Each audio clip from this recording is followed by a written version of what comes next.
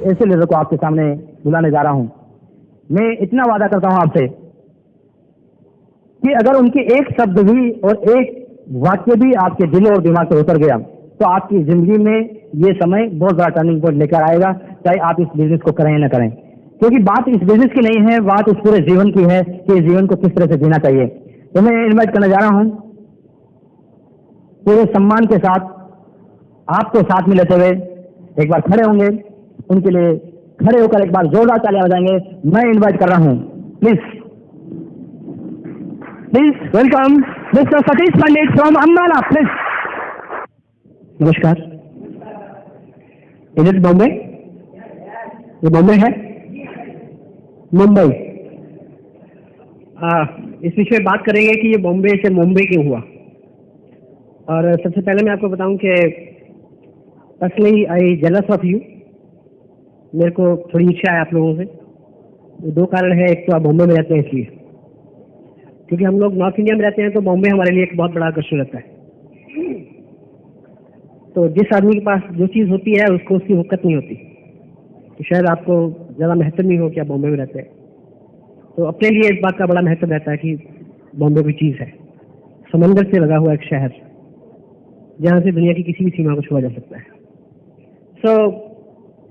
मैंने यहाँ तक आने में लगभग 27 घंटे फास्टेस्ट ट्रेन में जर्नी की है। और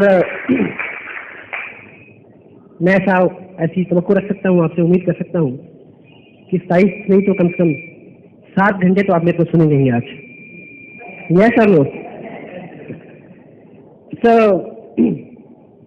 आप बॉम्बे से हैं, that's why I am jealous of you. दूसरा कारण क्या है कि एक ऐसी शख्सियत जो इस बिजनेस की बहुत कामयाब शख्सियत है, उसके साथ आपको बहुत क्लोजली काम करने का मौका मिल रहा है, मिस्टर मुकेश कोठारी। तो दूसरा ये जो कारण है। और आप सब बॉम्बे से हैं और निश्चित रूप से बॉम्बे जो है हिंदुस्तान की फाइनेंशियल कैपिटल है, तो निश्चित रूप से आप सब लोग अमीर हैं। नहीं सीधा है? यस। हाथ खड़ा करने में संकोच नहीं करेंगे। एक कथा हो रही थी, कथा होती है, इधर भी होती है, कोई माँ या कोई बापू आके कथा करते हैं। तो बापू कथा कर रहे थे तो उन्होंने बोला कि बुजुर्ग लेडीज बैठी हुई थी सब लोग, तो उन्होंने स्टेज से पूछा भी कितनी माई हैं जो स्वर्ग जाना चाहती हैं, हाथ खड़ा करो। तो सबके हाथ खड़े। तो सबसे आगे जो माई बैठी थी उसने हाथ खड़ा नहीं किया। तो बापू जी को देख के बड़ा आश्चर्य हुआ कि she is so regular in सत्संग, कि इसने हाथ क्यों नहीं खड़ा किया। तो बाद में उन्होंने उसे पूछा कि माई क्या तू स्वर्ग नहीं जाना चाहती? कहती चाहती हूँ। तो बोला हाथ क्यों नहीं खड़ा किया? कहती मुझे स्वर्ग जाने के लिए मरने की क्या जरूरत है, अगर ये सब स्वर्ग चले जाएंगी तो स्वर्ग नहीं बन जाएगा। सो पार्ट ऑफ जोक है, डोंट टेक इट अदरवाइज। और नॉर्थ इंडिया में बॉम्बे को लेके एक बड़ा रुझान रहता है। जब कोई आदमी बॉम्बे जाता है या बॉम्बे आता है तो उसको लगता है, शायद अगर आप बाहर से आके जब सेटल हुए हैं तो मे बी कभी आपको शहर ने आकर्षित किया होगा। तो उधर से कोई आता है तो उसे लगता है कि जैसे बॉम्बे रेलवे स्टेशन पे ट्रेन उतरेगी तो शायद शाहरुख खान या मैं पिक्चर नहीं देखता, मेरे को ज़्यादा नाम याद नहीं है, कोई हसीना उसको लेने आएगी कि वो yes you come most welcome in Bombay. वैसे ऐसा होता नहीं है, लेकिन ऐसा लगता है कि बॉम्बे इस तरह का सिटी है। मैं कल यहाँ स्टेशन पे उतरा तो मुझे एशियन बिजनेस की अपार संभावनाएं नजर आई, क्योंकि मैंने देखा कि यहाँ सभी लोग कपड़ा पहनते हैं। तो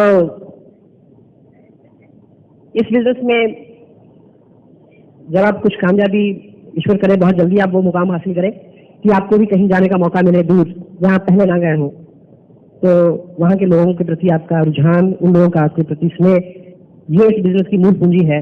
वो उस पैसे से बहुत ज्यादा है जो इस बिजनेस में इनकम के माध्यम से, इनकम के रूप में मिलता है हम लोगों को। यू कैन जस्ट, आप इसको तभी फील कर पाएंगे जब आप वहाँ पहुँच जाएंगे। तो मेरी ये तवक्को है, आज मेरी कोशिश भी है कि वो सब चीज़ें यहाँ घटित हों जिससे आपकी इच्छाएं, आपकी मुरादें बहुत जल्दी पूरी हों। मुंबई, बॉम्बे के बारे में अच्छा हुआ कि इसको मुंबई कर दिया, क्योंकि बॉम्बे से जिस तरह से यहाँ पिछले दिनों ब्लास्टिंग हो रही है, बॉम्ब, तो बॉम्ब वे यानी बॉम्ब का रास्ता। तो पिछले दिनों में जब सेमिनार था इधर आया तो उससे कुछ ही दिन पहले यहाँ ब्लास्ट हुए थे, 2-3 दिन पहले की बात है। तो उधर बाशी में मेरी बुआ रहती है, तो उन्होंने मेरे को बोला कि देखो भाई तुम ध्यान से आया करो, बस में ठीक से, ट्रेन में, टैक्सी में ठीक से देख के बैठा करो, ऐसे है बॉम्ब हो सकता है या। तो मैं मन में सोचूं कि यार मैं ध्यान कैसे रख सकता हूँ, ये तो बॉम्ब रखने वाले को चाहिए वो ध्यान से रखे। तो ओरिजिनली मैंने वो 12 साल पंजाब में बिताए हैं, जिन दिनों पंजाब में रेगुलर ये काम होते थे, बम का फटना और गोली का चलना, वो सब चीजें हो रही। तो अभी मैं जैसे बॉम्बे में हूँ, उधर मेरा बिजनेस है आसियान बिजनेस, और मेरे आसियान बिजनेस का एक ग्रुप जम्मू में है, जम्मू कश्मीर, उधर भी आजकल कार्यक्रम हो रहा है। तो लोग समटाइम मेरे से पूछते हैं अभी कि बॉम्बे जा रहे हो और ये है, ऐसा ना हो जाए या वैसा ना हो जाए। तो इस बात में बताऊं आपको कि मैं 25 तारीख को जिस दिन आज यहाँ आने की रिजर्वेशन करा रहा था, तो 1:05 पे यहाँ पे 2 धमाके हुए थे। तो घर से मेरे को फोन आया कि कैंसिल कर दो, मत जाओ। तो मैंने एनीवे क्यों आया हूँ मैं बताता हूँ आपको, क्यों डरने लगता। और 11 तारीख को मेरी 1 बजे ट्रेन थी वहां से। सुबह मैंने न्यूज़पेपर पढ़ा तो उसमें लिखा था 11 तारीख 2nd एनिवर्सरी थी ट्विन टावर के गिरने की, उसमें लिखा था महाराष्ट्र हाई अलर्ट। तो मैडम ने बोला कि अभी भी सोच लो। सो कश्मीर है, पंजाब को मैंने जिया है, बॉम्बे में मैं आपके सामने हूँ। आप वो चीज का ध्यान रखें, आपको आप सावधान रह सकते हैं इस चीज से, ये कुछ नहीं होने वाला। मेरा एक फ्रेंड है, उनके साथ में एक चीज शेयर करता हूँ कि अगर बम फटते हैं, गोली चलती है, कोई डरने की बात नहीं है। पंजाब में मैंने 12 साल इस चीज को देखा है। तो एहतियात क्या रखने की बात है कि देखिए, कभी भी यहाँ कभी भी कहीं भी जब कोई ऐसा हादसा होता है तो 2 कारण से लोग हताहत होते हैं, एक बम फटने से, दूसरा गोली चलने से। तो जब कहीं भी ये 2 चीजें हो, उस वक्त आप वहां नहीं होने चाहिए, बाकी कोई खतरा नहीं है। मेरे दोस्त हैं सुनील कुमार, देखिए आदमी हर चीज पे जोक ढूंढ लेता है, तो उन्होंने इस चीज पे भी जोक ढूंढा। क्या कि 2 उग्रवादी थे, तो दोनों की जेब में एक बम, और वो बम रखने जा रहे हैं फटाफट जल्दी में। तो एक दूसरे को बोलता कि भाई ऐसा चल कहीं फट ना जाए, कहता चिंता मत कर, दूसरा है।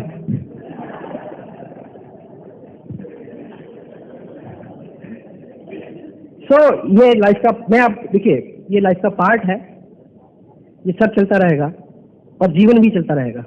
जब से दुनिया बनी है अलग अलग कारणों से विघटन हुए हैं, अलग अलग कारणों से, बीमारियों से, दूसरी तीसरी जगह से। लेकिन एक सोच हम सबकी होनी चाहिए कि हमारा जो उद्देश्य है जीवन में वो पॉजिटिव होना चाहिए, और अंततः जो है वो सत्य की, अंततः अच्छाई की जीत होती है। और हम सब लोग उस बेटर पार्ट का हिस्सा है, इस बात पे हम सबको गर्व होना चाहिए। मैं आपके साथ हूँ इसके साथ। Thank you very much. और हर आदमी का पहला दिन होता है इस बिजनेस में आने का। जैसे आज कुछ लोग फर्स्ट टाइम यहाँ पे हैं, तो आज से लगभग 1.25 साल पहले मेरे एक फ्रेंड है, उन्होंने मेरे को इस बिजनेस के बारे में बताया। उन्होंने मेरे को बताया कि ये बिजनेस है, इसमें कपड़ा है और इसमें इनकम है, ब्ला ब्ला ब्ला। तो उन्होंने मेरे को बताया कि मैं पिछले 4-6 महीने से इसको कर रहा हूँ, मेरे को अभी तक 2500 रुपये पर मंथ की इनकम मेरे को आ रही है। तो मेरे को by profession I am journalist, I am landscaper, मेरा लैंडस्केप का बिजनेस है। एज हॉबी बीइंग जर्नलिस्ट मैंने लगभग 12-13 साल नॉर्थ इंडिया के करीब 12 न्यूज़पेपर को रिप्रेजेंट किया है। तो उन दिनों थैंक यू, उन दिनों मैं बिजी था, और वो मेरे फ्रेंड मेरे उस प्रोजेक्ट से जहाँ मैं काम कर रहा था करीब 400 किलोमीटर दूर रहते थे। तो मैंने जल्दबाजी में कुछ सुना कुछ नहीं सुना, तो मैं वापस अपने काम पे चला गया। तो उस दिन के 1 साल बीतने के बाद अनजाने में कोई व्यक्ति मिला, जैसे अभी कुछ लोग किया करते हैं कि जो लोग मीटिंग में आए, प्लान देखा, उनको बड़ा एक्साइटिंग लगा, वो बिना ज्वाइन किए, बिना खुद सीरियस हुए, बिना अपने स्पॉन्सर से गाइडलाइन लिए लोगों से बात करना शुरू करते हैं। उसका नुकसान क्या होता है वो इसी कहानी में आपको सुनने को मिलेगा। तो जब उन्होंने मेरे से शेयर की अपॉर्चुनिटी, उसके 1 साल बाद एक व्यक्ति मेरे को मिला, उसने बोला कि मैंने एक चीज देखी है, बहुत बड़ा पैसा बनता है उसमें। मैंने पूछा क्या? बोला आर्शियन बिजनेस। मेरे को स्ट्राइक किया कि ये नाम सुना है मैंने। फिर मेरे को याद आया कि हाँ, अपना आदमी ने मेरे से ये अपॉर्चुनिटी शेयर की थी। तो उन्होंने बड़ा एक्साइटमेंट में बहुत कुछ बताया। तब मेरे पास थोड़ा स्पेस था कि मैं इसको दोबारा देखूं। तो मेरे को लगा कि ये दिस इज राइट टाइम में भी। तो मैं 400 किलोमीटर ट्रैवल करके अपने उस दोस्त के पास गया जिन्होंने फर्स्ट टाइम मेरे को अपॉर्चुनिटी शेयर की थी। तो उनके ऑफिस में मैं गया, तो मैंने पूछा कि वो सचिन कहाँ है? तो उन्होंने बोला कि वो मालदा गए हुए हैं, मालदा, वेस्ट बंगाल। मैंने क्यों? कहते बिजनेस पर्पज से। मैंने कौन सा बिजनेस? कहते आर्शियन बिजनेस। मेरे को और झटका लगा कि अब तो सारी हिंदुस्तान में कर लिया, अब कुछ नहीं है इसमें। तो लगभग 2-3 दिन बाद फिर मेरे को मौका मिला, मैं फिर गया वहां, फिर उनको पूछा कहाँ है वो। पता चला कि वो वेस्ट बंगाल गए हुए हैं। किस काम से? आर्शियन बिजनेस। मेरे को लगा कि अब तो इसको करने का कोई फायदा नहीं है। लेकिन थर्ड टाइम मेरे से, देखिए, आप एक आदमी ढूंढते हैं जो आदमी ज्वाइन करे और काम करे, और मैंने लगातार कम से कम भी 6 महीने अपने स्पॉन्सर को ढूंढा। और उनको मैंने क्यों ढूंढा? क्योंकि जब मैं 1 साल बाद उनसे मिलने गया तो वो तब भी आर्शियन बिजनेस कर रहे थे। आप चलते रहेंगे तो कोई आपको भी ढूंढेगा और वो मेरे जैसा होगा।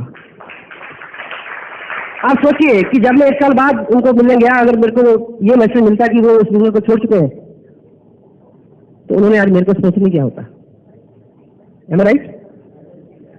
सो तीसरी मुलाकात हुई, बात हुई, ये पेपर जो साइन आप करते हैं वो मैंने किया। उसी यात्रा शुरू हुई। बॉम्बे बिल्कुल वर्जन है अपॉर्चुनिटी को लेके, यहाँ अभी कुछ नहीं हुआ है। मैंने उस एरिया में इस बिजनेस को शुरू किया जहाँ पे ये बिजनेस पिछले 2.5 साल से चल रहा था। उसके बावजूद भी पूरे विश्वास के साथ लोगों से बात की। एवरेज यस मिलती जाती है इसमें, एक लॉ ऑफ एवरेज है, उसके मुताबिक आपको रिजल्ट मिलेंगे ही मिलेंगे। दुनिया की कोई ताकत नहीं है जो आर्शियन बिजनेस को मना करे। This is yes plan. और जिस तरह की लीडरशिप है, फॉर्चुनेटली, और उस व्यक्ति को जिसने मेरे को साइन किया, जो मेरे स्पॉन्सर है, उनका नाम है मिस्टर सुरेंद्र वत्स। आप पहले उनको इस धरती को देख चुके हैं, और आज उनकी ऑर्गेनाइजेशन में लगभग 50,000 से ज्यादा डिस्ट्रीब्यूटर है और 1.25 लाख रुपए पर मंथ से ज्यादा उनसे निकले। सो एक लॉ ऑफ एवरेज है, उसके मुताबिक आपको रिजल्ट मिलेंगे। आप कभी इस बात को ये ना लेके चलें कि भी फलां नहीं कर सकता है, मैं नहीं कर सकता, या इस तरह की चीजें, इनकी कोई बात नहीं है। अगर आप चलेंगे तो डेफिनेटली आपको लोग मिलेंगे। तो अब ये देखें कि जिस व्यक्ति ने मेरे को 1 साल बाद इस अपॉर्चुनिटी को बताया, अगर वो सीखा हुआ होता, थोड़ा सा वो सीरियस होता, उसने खुद ज्वाइन किया होता, तो मैं उसको ज्वाइन करता। लेकिन ऐसा नहीं हुआ। सो ये छोटी छोटी बातें हैं। आज हम काफी चीजों के ऊपर बात करेंगे। कुछ ऐसे पॉइंट्स मैंने नोट किए हैं जो जहां जहां भी मेरा जाना होता है, जो वहाँ की कॉमन प्रॉब्लम्स रहती है, क्योंकि दुनिया सारी एक जैसी है। कहीं भी कभी आपको लगता है कि बॉम्बे में नहीं वहां चलेगा, वो कहते हैं कि बॉम्बे में चलेगा। ये सब अल्यूजन और कंफ्यूजन है, कहीं भी कुछ भी हो सकता है। और एक चीज का मैं आपको और प्रॉमिस करना चाहता हूँ, क्योंकि मैंने ये चीज 5-7 शहरों में देख ली है। आज हम एक छोटे से हाल में यहाँ कुछ लोग बैठे हैं, और आप देखेंगे कि आप इससे बड़े ऑडिटोरियम में 2 महीने बाद बिजनेस जाएगा, और 2 महीने बाद इससे भी बड़े ऑडिटोरियम में, और लगभग 1 साल 1.5 साल का समय आप इसके साथ रहिए। और इसी तरह का कोई बड़ा सेमिनार क्रिकेट स्टेडियम में भी होगा, ये सच है। और ये बिजनेस बढ़ेगा, इस शहर में करोड़ों रुपए का टर्नओवर होगा। लेकिन खुशी की बात यह है कि वो आपके माध्यम से होगा। जो लोग आज यहाँ पे हैं, वही वो लोग हैं जिनके माध्यम से इस शहर में मैक्सिमम बिजनेस होने वाला है। So you are lucky. अभी शुरू में जो लोग हाल ही में बिजनेस में आए हैं, उनके साथ एक शुरू में दिक्कत रहती है, जो अमूमन आदमी के साथ रहती है। हम लोग एक्सपर्ट्स ढूंढना शुरू करते हैं कि फलां आदमी, उसने फलां एमएलए में बहुत अच्छा काम किया था, अगर वो आ जाएगा तो बहुत अच्छा हो जाएगा। या मैं तो उन लोगों को ज्वाइन कराऊंगा जो काम करें। ये सिद्धांत बिल्कुल गलत है, क्योंकि आप प्री जज कर रहे हो। आप कभी नहीं बता सकते कि ये व्यक्ति काम करेगा और ये नहीं करेगा। आपको इस बिजनेस में एक किसान की तरह काम करना है। किसान किस तरह से काम करता है? किसान कभी भी बीज बोते हुए किसी बीज को पकड़ के ये पूछता नहीं है कि बता तू उगेगा कि नहीं उगेगा। अगर तो उगेगा तो तेरे को बोल, नहीं तो नहीं बोल। सही है गलत? तो जो भी लोग कपड़ा पहनते हैं, जिनके घर में भी चाय बनती है, जो भी लोग कभी कभी नहाते हैं 5-7 दिन में एक बार ही सही, वो सब लोग इस बिजनेस में काम कर सकते हैं। देखिए, अगर हमें पता हो कि कौन चलेगा कौन नहीं चलेगा, महेश भट्ट की कोई फिल्म फ्लॉप ही ना हो, हेलो, हो सकती है जी? अगर उसको पता हो कि कौन सी चलेगी कौन सी नहीं चलेगी, तो वो फ्लॉप होने वाली बनाएगा ही नहीं। सही है? अगर हमारे पेरेंट्स को पता हो कि कौन सा बच्चा लायक निकलेगा कौन सा नालायक, मैं और आप तो पैदा ही ना होते। ये ईश्वर का शुक्र है कि किसी को पता नहीं है, इसलिए हमें जरूरत में है। सो प्री जजमेंट जो है बहुत गलत है। कोई भी आदमी किसी भी तरह का है, किसी भी एटीट्यूड का है, जब इस बिजनेस में आ जाएगा तो इस बिजनेस की रंगत उसके ऊपर जब चढ़ेगी, वो अपने आप अंकुरित होगा, पेड़ बनेगा, फल आएंगे उसके ऊपर। समय लगेगा, लॉ ऑफ नेचर के अकॉर्डिंगली इस बिजनेस में काम होना है। इसलिए किसी भी तरह की जो प्री जजमेंट है वो आपके बिजनेस को बहुत पीछे रख सकती है। प्री जजमेंट नहीं करें, सबको समान रूप से बिजनेस दिखाएं और उनको इस बिजनेस में काम करने का मौका दें। और सभी लोग कामयाब होना चाहते हैं, और ये बड़ी अच्छी बात है कि इस बिजनेस में, ऐसे बिजनेस में पिछले 3 साल में बहुत सारे लोगों ने बहुत सारा काम करके एक ऐसा मैप बना दिया है कि उससे चलते कोई भी कामयाब हो सकता है। जिस तरह से आजकल माहौल है, स्पेशली जैसे कश्मीर में हो रहा है, वहाँ एक चीज आती है कि जब रोड के ऊपर माइन बिछा दी जाती है ब्लास्ट करने के लिए, तो सपोज यहाँ माइन बिछी हुई है, नीचे बम है, आपको नहीं पता, और एक आदमी एक्सपर्ट है, वो आदमी ऐसे पांव रख के ऐसे आगे बढ़ के, उसको पता है कि कहाँ बम है कहाँ नहीं है, तो वो निकल गया। तो यदि आप बुद्धिमान है तो आपको निकलना है, तो सुरक्षित निकलना है, तो आप उसके पांव के ऊपर पांव रखते रखते, तब चिन्ह पे चलते चलते उसको क्रॉस कर सकते हैं। क्योंकि आप मनमानी करते हैं, इसी वजह से आपका बिजनेस और आपका तेज रहता है। कुछ नसीबी से the people like Mukesh Kothari, Surendra बस, भागचंद जी, कैलाश जी, त्रिलोक जी की अध्यक्षता में ये सारा काम हुआ है। अब सारा काम जो है हो चुका है, सारे पिन पॉइंट्स सेटल्ड है, ऑलरेडी पता है कि कहां कहां क्या क्या होने वाला। It's quite easy. लेकिन हम एज इट इज चीजों को डुप्लीकेट करने में रिजिड है, क्योंकि हमारा दिमाग जो है वो परिपक्व हो गया है। हमें लगता है कि जो हम सोचते हैं वो ज्यादा सही है। तो टोटलिटी में ये डुप्लीकेशन का बिजनेस है, जिस तरह से आपको सिखाया जाता है एज इट इज आप अगर फॉलो करते हैं, और कामयाबी के लिए हम कामयाब लोगों के उदाहरण देते हैं। लेकिन मुझे एक चीज बताइए कि किसी ऐसे कामयाब आदमी की स्टोरी आप बताइए, या सुनी हो या पढ़ी हो, जो रातों रात अमीर हुआ हो। नहीं है। तो आपको एक मौका मिला, जीरो से आपने शुरू किया, जीरो से मैंने शुरू किया, हर व्यक्ति ने जीरो से शुरू किया। तो आपको यहाँ गाइडेंस फ्री है। मुकेश जी आपको सिखाते हैं तो आपसे कुछ पैसा नहीं लेते। और यहाँ पे जो गाइडेंस होती है वो ऐसी नहीं होती कि कुछ भी बता दिया, क्योंकि जो आपका अपलाइन है वो आपको वो सिखाता है जिससे रिजल्ट आए, क्योंकि उसकी इन्वेस्टमेंट हो रही है, टाइम उसका लग रहा है शुरू में। तो वो आपको ऐसे नहीं बता देगा कुछ भी कि ऐसा कर लो, क्योंकि जब तक आपने मार्केट प्लान में क्या देखा कि जब तक नीचे 32,000 रुपया नहीं बचेगा तो ऊपर आपको आपके अपलाइन को 10,000 रुपया नहीं आएगा। तो गाइडेंस ऐसी है, बिल्कुल नपी पुली। उस तरह अभी जो आप किसी हिस्टोरिकल प्लेस पे आप जाते हैं तो वहां गाइड मिलते हैं, वो गाइड अलग तरह के होते हैं। एक आदमी जयपुर गया, वहां एक जनाना महल है, उसने विजिट किया, तो गाइड ने उसको सब चीजें दिखाई, और बाई चांस उसी व्यक्ति को 1 साल बाद फिर वहीं जाने का मौका मिल गया। तो सेम गाइड बाई चांस, तो उसने गाइड ने उसको एक कमरा छोटा सा दिखाया और बताया कि यहाँ रानी नहाती थी, यहाँ इस कमरे में रानी नहाती थी। तो उस बंदे ने पूछा, यार कि 1 साल पहले मैं आया था तो तुमने बोला था कि उस कमरे में मेरे को जाके बोला था कि रानी इधर नहाती थी। बोला जी वो कमरा रिपेयर हो रहा है, आपको क्या मतलब कि रानी इधर नहाती थी या उधर नहाती थी।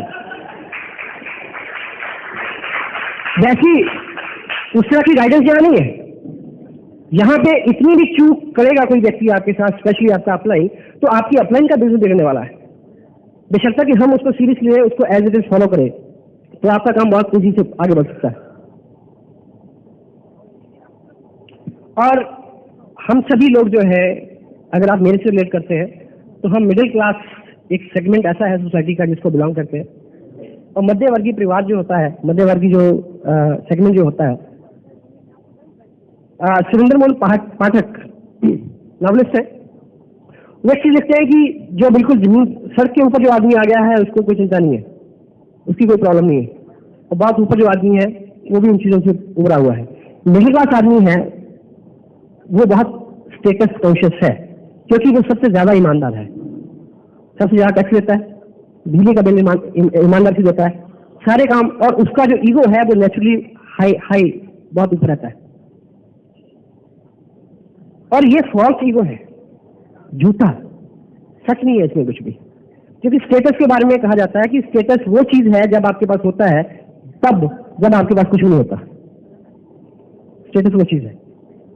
तो आप एक चीज वाजे करें, अपने करीब रखें, जब आप इस बिजनेस को ज्वाइन करते हैं तो आपके सामने एक प्रॉब्लम आती है कि लोग क्या कहेंगे।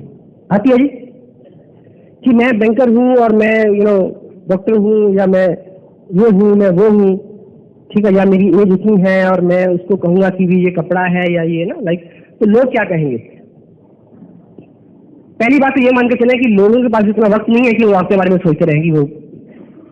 और दूसरी चीज जो है, आप ये मान के चले कि आप मेहनत कर रहे हैं, सख्त मेहनत। अब अपने ऊपर ये एग्जांपल लेके सोचें कि आप लोगों के बारे में क्या सोचते हैं। मैं आपको एक एग्जांपल देता हूं। एक व्यक्ति है, वो बैंक में जॉब करता है, सुबह 5 बजे उसके वो अखबार बांटता है, पेपर फेंकता है, और फिर वो ऑफिस जाता है। शाम को 5 बजे आके एक और पार्ट टाइम काम में जाता है। रात को 9 बजे 8:30 बजे आता है, खाना खाता है, फिर इवनिंग क्लास में पढ़ने जाता है। उस आदमी के प्रति आपको हे भावना है या गर्व है? हेलो, गर्व है ना? तो अपनी कहानी बनाइए ऐसी, डू आर सेम बिजनेस, सुबह शाम का वक्त लगाइए ऐसी। हम देखिए लोग क्या कहेंगे, आप सोचते रहिए कि आपका पड़ोसी क्या कहेगा, और आपका पड़ोसी आजकल बिजनेस करके बहुत पैसा कमा लेगा, और ये नहीं सोचेगा कि आप उसको क्या कहेंगे। यदि आपके बिजली के बिल, यदि आपके बच्चों की फीस, यदि आपका मेडिकल खर्च, यदि आप में कोई इमरजेंसी आ जाए, भगवान ना करे हार्ट अटैक, दूसरी प्रॉब्लम आ जाए, अगर ये सारे खर्चे आपके पड़ोसी में देने हैं तो आप उसकी परवाह करें, अदरवाइज ना करें। देखिए, जिन चीजों को करते हुए हम डरते हैं, उन चीजों के ऊपर तो लोग गर्व करने वाले। आप करिए तो सही है। बॉम्बे हो सकता है, यस हो सकता है। तो केवल आप स्टार्ट करें, जिन चीजों से आपको डर लगता है, जिन चीज को आप ये सोचते हैं, हीन सोचते हैं, उन्हीं चीजों पे आपको गर्व होना शुरू हो जाएगा। उन्हीं चीजों पे आपके पड़ोसी और आपके रिश्तेदार गर्व करेंगे। लेकिन इस दुनिया की दिक्कत क्या है, people never accompany your struggle, people accompany your success। जब आप संघर्ष करते हैं तो आप अकेले होते हैं, जब आप कामयाब हो जाते हैं तो सारे आपके साथ आ जाते हैं। तो चलेंगे? यस, चल सकते हैं, क्योंकि इस बिजनेस में इतना कुछ आसान हो गया है आज की डेट में। जिस तरह के प्रोडक्ट हैं, जिस तरह की हेल्प है, ये एक्सेसिबल है, पॉसिबल है, आप इसको कर सकते हैं। और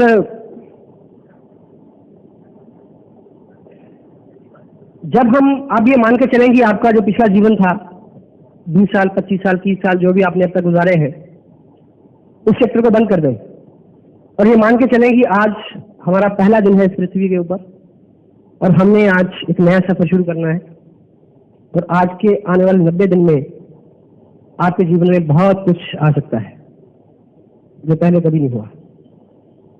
थोड़ा सा ये मान के चलें कि पीछे अभी तक हम बहुत सारी ऐसी चीजों को ओढ़े हुए हैं जिसको हम दुर्भाग्य मानते हैं, कि मैं तो इतना पढ़ नहीं सका, या मैं तो उस परिवार में पैदा हो गया होता, या मेरा तब एक्सीडेंट ना हुआ होता, या मेरे को तब बुखार ना हुआ होता, या मेरे पिताजी ने तब मेरे को 500 रुपए दे दिए होते, या वो प्लॉट जो 500 रुपए में मिल रहा था 2 करोड़ का है वो हमने खरीद लिया होता। ये सारा पास्ट है। और बहुत बार बहुत बुरी चीजें या बहुत ऐसी चीजें आपके साथ होती हैं जो आपको लगता है कि ये दुर्भाग्यपूर्ण है, लेकिन ईश्वर वास्तव में ऐसा नहीं करता। उसके पीछे उसका कोई ना कोई उद्देश्य होता है। हमें वो चीज भले बुरी लगे, आप ये मान के चलें आज की डेट में आप जिस मुकाम पे भी हैं वो उस माल की योजना है, और आप बिल्कुल सही जगह पे हैं। और आप कहाँ से आए हैं इसका कोई महत्व नहीं है, आप कहाँ जा सकते हैं इस बात का महत्व है। और आज ये यात्रा यहाँ से शुरू हो सकती है। और आपने एक कहानी सुनी होगी, एक लड़का था उसके पास रोजगार नहीं था। उसने एक विज्ञापन पढ़ा, उसमें लिखा था कि बस स्टैंड के ऊपर टॉयलेट अटेंडेंट की एक पोस्ट खाली है। तो उसको बड़ा उत्साह हुआ कि टॉयलेट अटेंडेंट की नौकरी मिल जाए तो बड़ा अच्छा है। तो वो नगर पालिका का जो वो बाथरूम वगैरह होता है बस स्टैंड पे, तो वो वहां गया तो उसको बताया गया कि ये आपको नौकरी मिल सकती है, बशर्ते कि ये एक फॉर्म है, आप इसमें साइन कर दें। तो उसने बोला कि मेरे को साइन करना तो नहीं आता। तो जवाब मिला कि फिर ये काम आपके लिए नहीं है।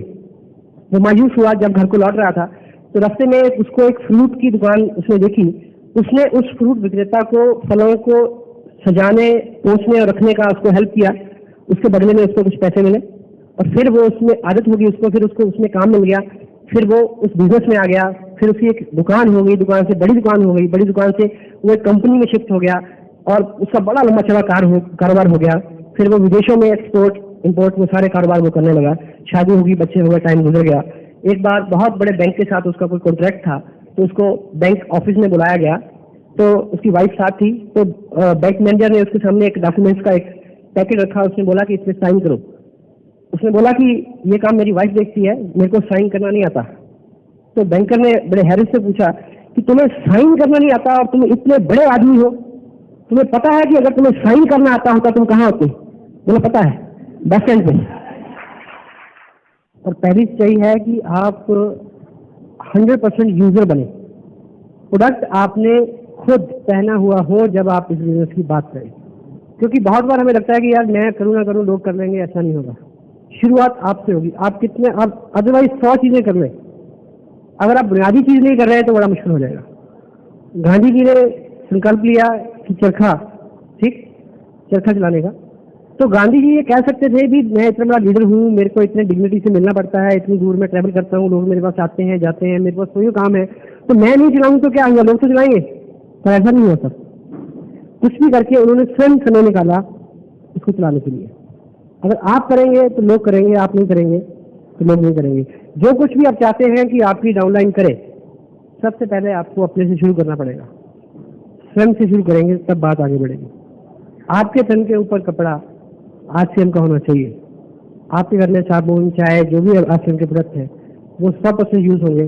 वो आपकी पहली शर्त है, वो आपके लिए पहली क्वालिफिकेशन है बिजनेस को कामयाबी की तरफ ले जाने की। अगर हम वहां चूक कर रहे हैं, और मैंने प्रैक्टिकली देखा है कि बहुत देर लग जाती है लोगों को इसका डिसीजन लेते हुए। तो पहले ये तो आरसीएम का क्यों नहीं, जबकि ये पता है कि आरसीएम का बिजनेस जो कपड़ा है वो मार्केट से सस्ता है, अच्छा है, उम्दा है। ये सूट मैंने पहना हुआ है, कैसा लग रहा है? अच्छा है। क्या कीमत होगी इसकी? इसकी कीमत है 350 रुपए है। सच, इस बंदे की नहीं, सूट की। तो 350 रुपए का सूट आप ढूंढिए मार्केट में, मिलेगा क्या? नहीं मिलेगा। तो पहले आप खुद यूज करें, लोग आपसे पूछेंगे कि हाँ इतना सस्ता, इतना अच्छा, राइट।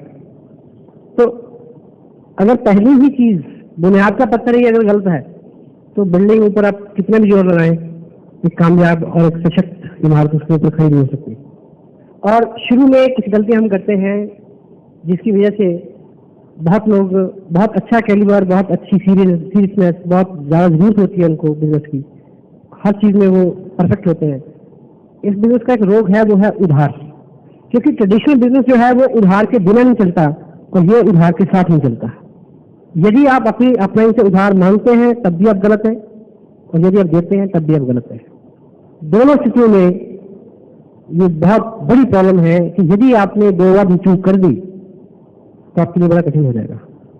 ध्यान रखिए इस बात का। टीम वर्क, किसी अकेले व्यक्ति के करने से यह काम नहीं चल सकता। आपको हेल्प जो ऊपर से मिलती है वो फ्री मिलती है और आपको लोगों को हेल्प करनी है। दूसरा, आपको सभी के वेल विशर होना पड़ेगा।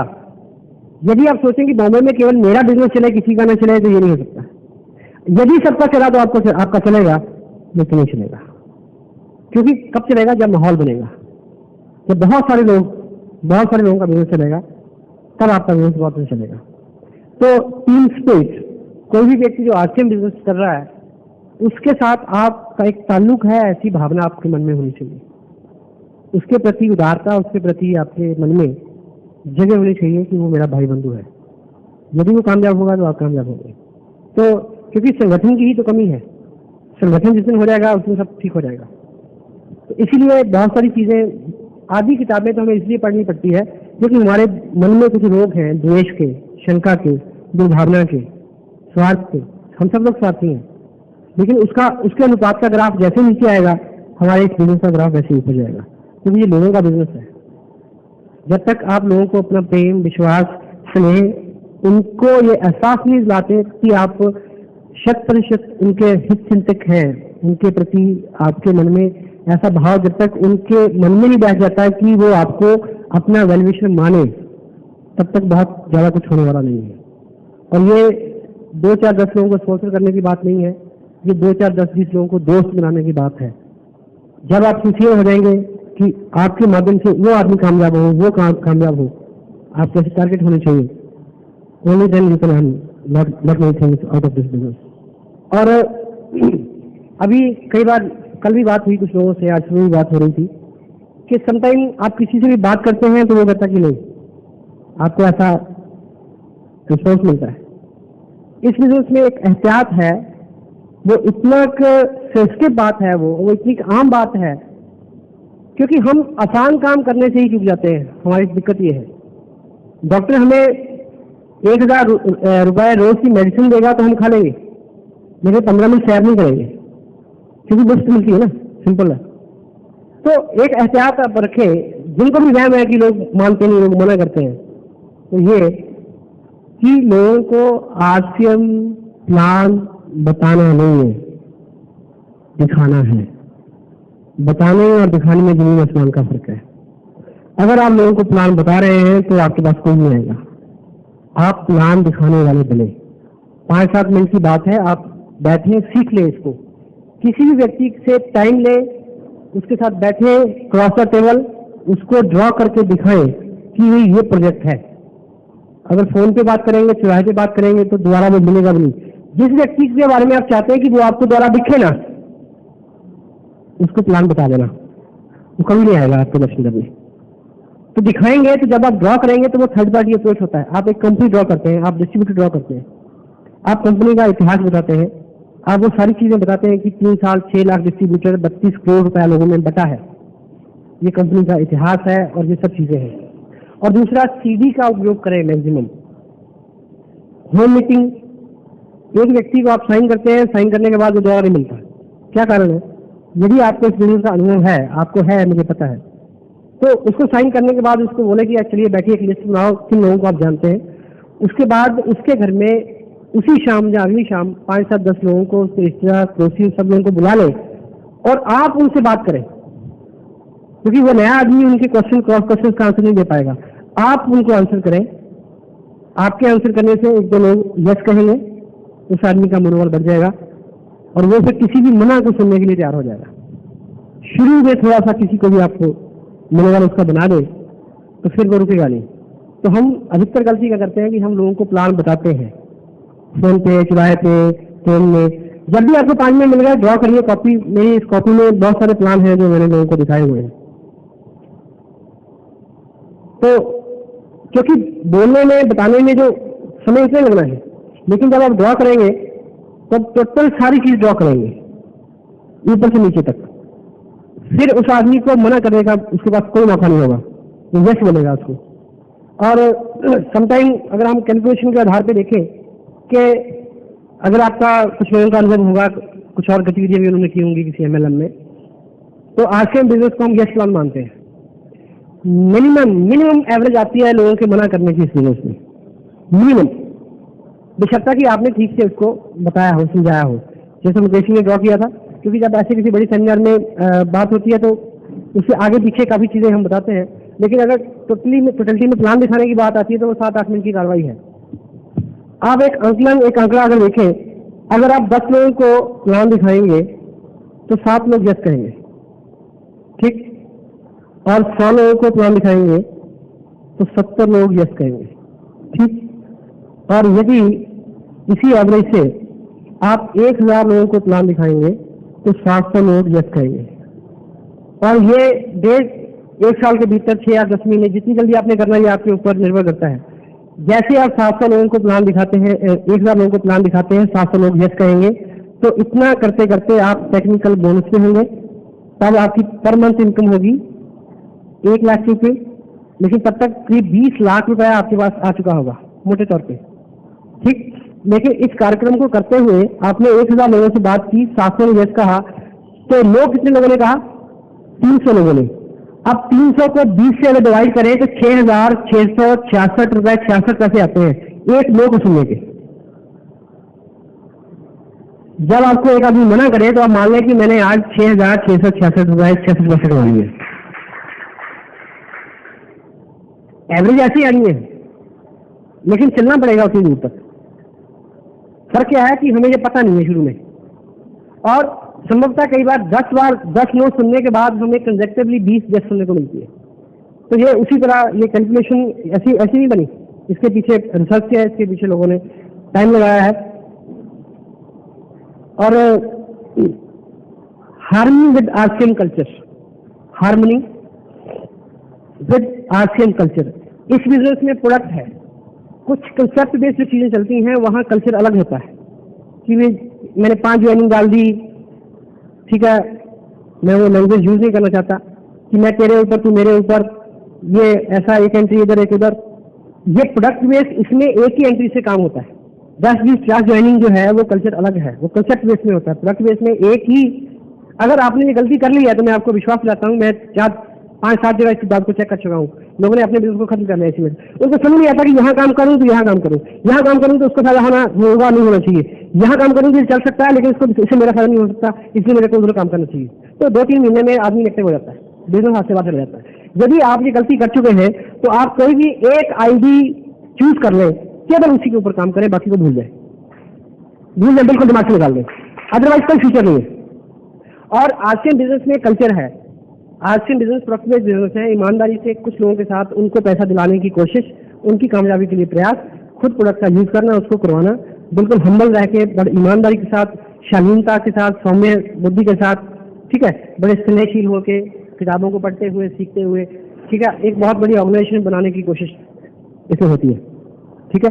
लेकिन कुछ लोग दूसरे बिजनेस से आते हैं, किसी दूसरी MLM से आते हैं, तो वो अपना कल्चर इधर थोपने की कोशिश करते हैं कि उधर हमारे यहाँ तो ऐसा होता था जी, ये ऐसा क्यों नहीं, आप ऐसा क्यों नहीं कर देते, हमारे यहाँ जो है उसको बाहर छोड़ के आए। आई एम सॉरी, यदि आपकी कोई पहले से ट्रेनिंग है उसको वॉश कर दें, वो बिल्कुल यहाँ काम नहीं करेगी। क्योंकि हमारे, आपको एक चीज पता है, हिंदुस्तान में शादी के बाद 99% घरों में झगड़े क्यों होते हैं?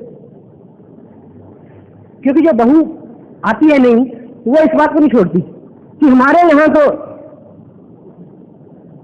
है, और आपको बड़ा बुरा लगता है कि यार हमारे यहाँ तो क्या है, वो हर बात में फिर हमारे, जैसे हमारे यहाँ कहती, तो आपको एक ब्राह्मण परिवार था, उसमें एक बहू आई, तो उसकी सास ने उसको बोला कि देख ऐसा है, तुम्हारे जो ससुर हैं वो जीवने गए हुए हैं, समझते, कहीं खाना खाने गए हैं, तो तू फटाफट 4 पाई लगा दे, क्योंकि वो आते ही लेट जाते हैं। कहती अच्छा, आपके यहाँ आते ही लेट जाते हैं, हमारे यहाँ तो 4 पाई पे डाल के लाते हैं, 4 पाई पे डाल के लाते हैं। सो हमारे यहाँ का जो कल्चर है, आप एक देखिए, परिवारों में क्या होता है, एक परिवार की संस्कृति दूसरे परिवार में खपती नहीं है, तो एक बहू को आत्मसात करना होता है उस परिवार की सारी मान्यताओं, मर्यादाओं को, कल्चर को, खान पान, व्यवहार को, तब आपका परिवार सुखी रहता है। तो यदि आप उसको मिक्स करते रहेंगे तो उसमें दिक्कत आएगी। ऐसा मैं नहीं कहता कि वही आप सारे समझौते करें, लेकिन टोटलिटी में यहाँ बिजनेस है जहाँ पे एक एथिकल साइंस की बात हो रही है। सो यदि आपकी ट्रेनिंग कुछ दूसरी तरह की है तो वो कतई तौर पे यहाँ लागू नहीं होगी, कतई तौर पर वो सिद्धांत यहाँ काम नहीं करेंगे। आप जितनी जल्दी उससे अलग हो जाएंगे उतना आसान आपका काम हो सकता है। और सेमिनार्स का एक महत्व है। अभी मेरी बात हो रही थी सिद्धू साहब से, उनका मानना था कि लोग आते नहीं हैं। लोग आएंगे, लोग आते नहीं तो आप कैसे आए साहब? आप लोग नहीं है क्या? हेलो, क्या बॉम्बे के सारे जागरूक साइंटिस्ट यही है क्या? आप विश्वास करें कि अगर आप आ गए तो और भी आएंगे, समय लगेगा, थोड़ा टाइम लगेगा, पेशेंस रखें। बहुत बहुत बहुत कुछ यहाँ होने वाला है। बनखेड़े स्टेडियम में मैच नहीं होगा, RCM की एक कन्वेंशन होगी। Ready for that. चलना पड़ेगा उतना उतना, और उस स्टेज पे आप लोग होंगे आप में से, ये भी क्या है। तो जहाँ पे देखिए लोगों को जो लाने की बात है, आप किसी भी सेमिनार की ठीक से प्रमोशन करें, और जब किसी को लाने की बात होती है, एक बार उस आदमी से वन ऑन वन, आपको पता है कि 1 महीना बाद अभी डेट ये डिसाइड होगी, आप लोगों के साथ बैठ के आंखों में आंखें डाल के वन ऑन वन बात करिए कि ये जो सेमिनार है इसने मेरे जीवन को बदल दिया है और ये आपके जीवन को बदल सकता है। आप ठीक से प्रमोट तो करिए। तो पूछिए कि आप क्या कर रहे हैं, कैसा चल रहा धंधा, वो आपको क्या, हर आदमी अपने धंधे के बारे में रोता है। आप बोलिए कि मजा आ रहा है भाई, कि मैं बड़ा परेशान था अपने काम से, लेकिन ईश्वर ने मेरी सुन ली, मेरे को ऐसा काम करने को मिल गया कि अब तो बस अब कोई दिक्कत नहीं है। तो पूछेगा कि क्या काम है, बोला आ जाना बता दूंगा जान में, है ना। आप वो ज्वाइनिंग 2 बंदे बनाने हैं लाइफ में, आप ठीक से प्रमोशन करें उसकी। और एक सेमिनार क्या है, बार बार किसान की तरह से आपको काम करना पड़ेगा। मैंने पहले भी एग्जांपल दिया, किसान एक बीज को बोता है तो उसके लिए वो 3 तरह की संभावनाएं पैदा करता है जमीन के लिए, वही आपने एक डिस्ट्रीब्यूटर के लिए पैदा करनी है। किसान एक बीज को जब बोता है तो जमीन के अंदर 3 तरह की संभावनाएं पैदा करता है। पहली ह्यूमिडिटी, नमी, दूसरी हवा, तीसरी गर्मी। 3 चीजें जब उसको एक ही साथ मिलती हैं तो वो बीज है वो अंकुरित हो जाता है। तो सेमिनार में 3 चीजों की अवेलेबिलिटी रहती है। यदि कोई आदमी साइन हुआ है वो सेमिनार में नहीं आया, अभी वो डिस्ट्रीब्यूटर नहीं बना है, तो सेमिनार में 3 चीजें मिलती हैं उसको। क्या क्या? Knowledge, motivation, believe. ये 3 चीजें उसको यहाँ मिलती हैं। उससे पहले उसने किट खरीदा है, कपड़ा खरीदा है, बिजनेस नहीं खरीदा, उसके लिए जो बिजनेस है यहाँ आने के बाद। और इसका एक छोटा सा प्रूफ आप सीडी उसको दिखाएं। सीडी का मैं बार बार बोल रहा हूँ, सीडी एक सशक्त माध्यम है इस बिजनेस को, किसी भी आदमी को ये दिखाने के लिए कि ये कंपनी बेस्ड बिजनेस है, लोग हैं, लोग कामयाब होते हैं, एक आम आदमी इस बिजनेस से बहुत सारी इनकम ले सकता है और ले रहा है। तो ये केवल इसके थ्रू है। और सेकंड, जब कोई भी व्यक्ति, यदि आपको इस बिजनेस में कुछ ज़्यादा दिन हो गए हैं और आप उस लेवल को पार कर चुके हैं, तो जब भी कोई आदमी आपकी ऑर्गेनाइजेशन में कोई एक्साइटेड आदमी आता है तो आप ख्याल करें कि वो ये गलती ना करे। जो ज्वाइनिंग है, कोई भी पोटेंशियल आदमी एक ही महीने में 10, 20, 50 लोगों को ज्वाइन करा सकता है, ये होता है। उस वक्त आप इस बात का ख्याल करें कि वो अपने कॉमन फ्रेंड्स जो हैं, एक दूसरे को जानने वाले, उनको इस तरह से स्पॉन्सर करें एक लाइन में, और अपने फैमिली फ्रेंड्स और वो लोग जो इन लोगों के अच्छे जानकार नहीं है उनको दूसरी तरफ रखें, ताकि दोनों में विवाद और खींचतान ना हो। क्लियर? हेलो? ये क्योंकि शुरू में अगर आपने ये गलती की तो समटाइम एक अच्छा चलने वाला आदमी जो है वो इस वजह से कंफ्यूज हो जाता है। आप क्या करते हैं कि आप यहाँ पे हैं, आपके 2 दोस्त हैं, एक टेबल लगा दिया, एक टेबल लगा दिया, आप 3 दोस्त हैं और ये दोनों ने तलाक करा दिया आपने, ठीक है। तो ये गलती ना करके अगर ऐसे स्पॉन्सर करेंगे तो आपने 5 दोस्तों को ऐसे अगर ज्वाइन कराया होगा तो क्या महसूस होगा? इसको महसूस होगा कि मेरे नीचे 4 लोग हैं, इसको अच्छा लगेगा कि 4 लोग ऊपर हैं, वो मेरी हेल्प करेंगे और मेरे दोस्त ही हैं, अगर उनको मेरे से लाभ होता है तो वो इस बात को बचा लेगा। साइकोलॉजिकली आप कभी टिकट विंडो पे खड़े होते हैं टिकट लेने के लिए, तो यदि आप खड़े हैं और आपके आगे 20 लोग हैं तो आपको पसीना आएगा कि यार मैं तो बड़ी गलत जगह खड़ा हूँ। इत्तेफाक से एक दूसरी ट्रेन आगे खड़ी होती है, उसने उसके पैसेंजर्स ने वहीं से टिकट लेना दूसरी ट्रेन का, और 100 आदमी उसके पीछे लग जाता है, आप खुश हो जाते हैं कि मेरे पीछे था। हेलो?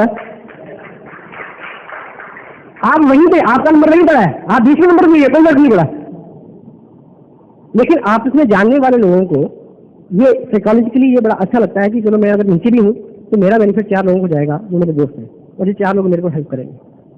और जब वो 4 लोग एक एक आदमी को भी स्पॉन्सर करके उसके नीचे लगाएंगे तो उसके नीचे भी 4 लोग हो जाएंगे, तो पसीना उसका सूख जाएगा। ठीक है? तो ये पहला एहतियात है कि जब भी कोई पोटेंशियल आदमी काफी लोगों को ज्वाइन कराता है, तो यदि इस चीज का वो ख्याल रखेगा। और दूसरा, अभी मुकेश जी ने बोला था कि जो क्यों सही में ये मल्टी लेवल मार्केटिंग है और दुनिया की बड़ी बड़ी कंपनियां इसकी तरफ बहुत उम्मीद से देख रही हैं।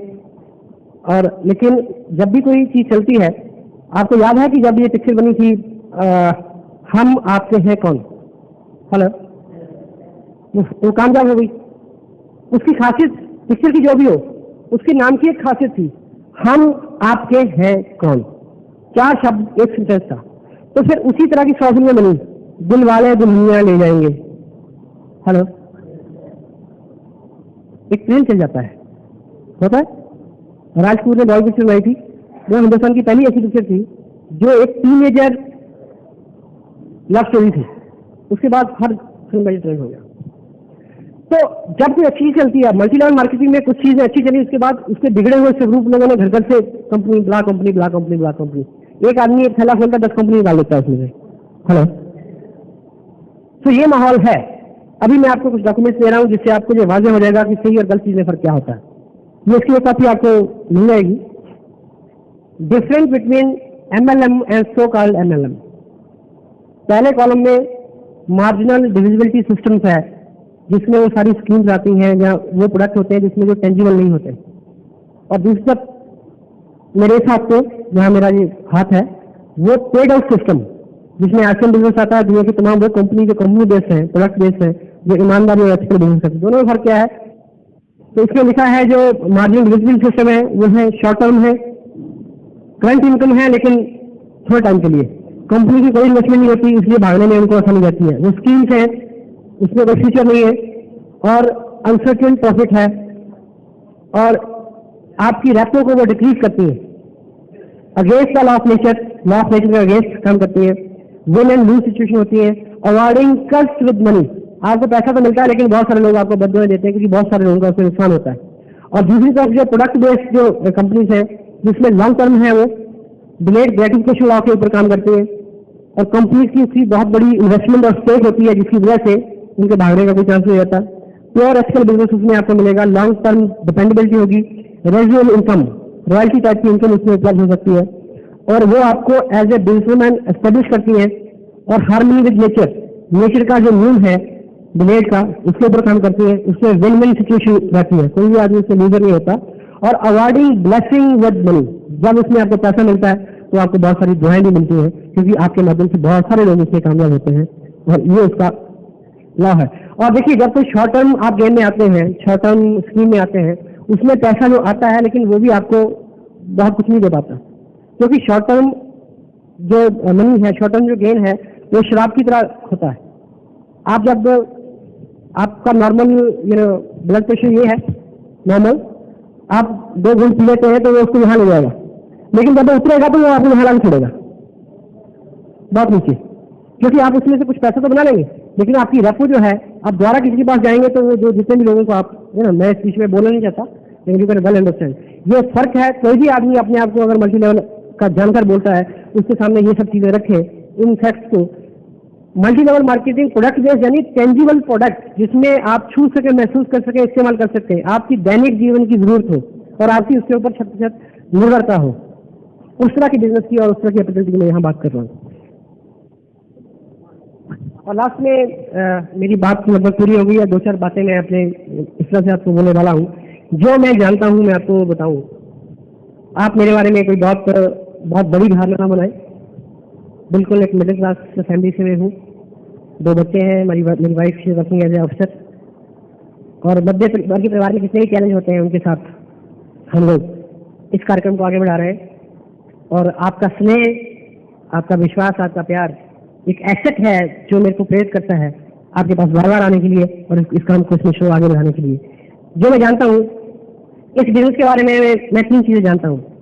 नंबर 1, ये चलता है। नंबर 2, सबको इसकी जरूरत है। नंबर 3, हर कोई इसको कर सकता है। That I know.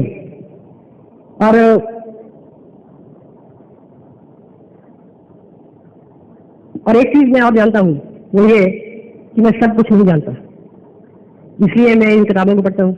इसलिए मैं मुकेश जी और Bhagchand ji Chhabra, mister KC Chhabra and mister Vinod Chand ji ऐसे लीडर्स की सोबत में रहना पसंद करता हूँ, और इसीलिए मैं ईश्वर को मानता हूँ। क्यों? क्योंकि मैं सब कुछ नहीं जानता हूँ। विवेकानंद ने एक बात कही है, उसको मैं तस्लीम करता हूँ तहे दिल से, कि मैं हजारों से अच्छा हूँ, लाखों मेरे से अच्छे हो सकते हैं, लेकिन अगर मैं पढ़ता और बढ़ता रहूंगा तो मैं भी वहां तक पहुंच सकता हूँ। एंड और एक चीज मैं और जानता हूँ कि मुझे इस दुनिया में हमेशा नहीं रहना, इसलिए मेरा व्यवहार उसके अकॉर्डिंग होना चाहिए। और एक बात मैं और जानता हूँ कि भगवान कहाँ है। एक बार में मैं और जानता हूँ कि भगवान कहाँ है। जहां मैं खड़ा होता हूँ उसके ठीक ऊपर भगवान होता है, बताओ में। मेरी बात लगभग खत्म होती है, लेकिन आप अभी मैं अपने जो प्रेसिडेंट साहब हैं, कलाम साहब, उनको मैं पढ़ रहा था। उन्होंने एक चीज वहां लिखी कि आप अपने बच्चों को क्या दे रहे हैं मुझे नहीं पता, लेकिन आप उनको बड़े बड़े सपने जरूर दें। आपके भी सपने जो है वो बड़े होने चाहिए, ताकि वो आपको प्रेरित कर सकें कुछ काम करने के लिए। एक लास्ट में एक दृष्टांत मैं आपके सामने रखूंगा, मे भी वो आपको कोरिलेट करे आपकी आकांक्षाओं के साथ। एक नन्ही सी बच्ची थी, उसने ईश्वर उसको स्वप्न हुआ, ईश्वर ने उनको दर्शन दिया, तो उन्होंने मांगा कि मैं जन्नत देखना चाहती हूँ, स्वर्ग देखना चाहती हूँ। तो ईश्वर ने बोला कि ये तो जिंदा जी को नहीं देख पाता, लेकिन उस बच्ची की जिद थी, उन्होंने मान ली। तो भगवान उसको स्वर्ग का दर्शन करा रहे हैं, अलग अलग जो डिपार्टमेंट्स हैं उनमें उसको ले जा रहे हैं, तो वो एक एक के बारे में पूछती है और वो उसको एक्सप्लेन करते जा रहे हैं। तो वो एक बहुत बड़े हॉल में ईश्वर उसको ले गए, जो कई किलोमीटर में बना हुआ है एक हॉल। तो उसमें बहुत सारी चीजें फ्रेश पड़ी हैं लेकिन अधूरी। एक मकान है बहुत बढ़िया लेकिन अधूरा कुछ बना हुआ। एक डिग्री है MBBS की लेकिन पूरी प्रिंट नहीं हुई है, ठीक है। ऐसे बहुत सारी चीजें हैं, बहुत सारी चीजें, लेकिन अधूरी है, वो पूरी नहीं है। तो उस बच्ची ने पूछा कि ये क्या है, तो ईश्वर ने बोला कि ये हमारे यहाँ का गार्बेज हाउस है, ये हमारा कबाड़ घर है। बोला कैसे? उन्हें बोला कि ऐसा है कि नीचे जमीन के ऊपर जब भी कोई व्यक्ति प्रार्थना करता है और उसकी प्रार्थना के साथ उस चीज को हासिल करने के लिए काम करना शुरू करता है, तो हम ऊपर उस चीज का निर्माण शुरू कर देते हैं। तो अगर आप मकान के लिए काम कर रहे हो, प्रार्थना कर रहे हैं, तो हम वो नीचे काम करता रहता है, प्रार्थना करता रहता है, और हम वो उसकी कंस्ट्रक्शन करते चलते हैं। लेकिन जब वो बिल्कुल पूरा होने को आती है, गलती से वो प्रयास करना छोड़ देता है और उसकी आधी अधूरी चीज को हम गार्बेज में डाल देते हैं। तो आपके जो भी सपने हैं, जो भी ख्वाहिशें हैं, वो बिल्कुल पूरी हो सकती है यदि आप हकीकत में रहेंगे। Thank you very much. Thank you, JRCM. Like and share for the team.